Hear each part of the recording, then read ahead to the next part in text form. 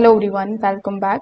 In today's video, I'm going to show you exactly how to reset a Lennox iComfort Wi-Fi thermostat step by step.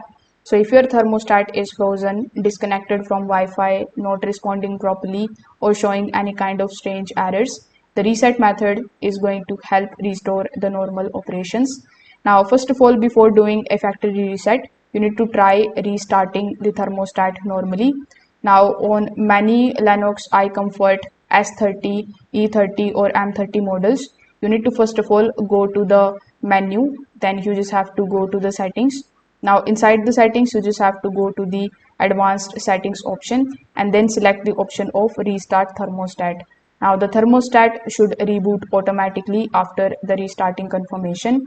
Now, if the screen is frozen or unresponsive, you can also press the Lennox logo on the thermostat screen for several seconds. On many iComfort models, this opens the hidden service and it will also reset option that allows you to restart the thermostat manually. So if this video helped you out, make sure that you like this video and subscribe to the channel. Thanks for watching.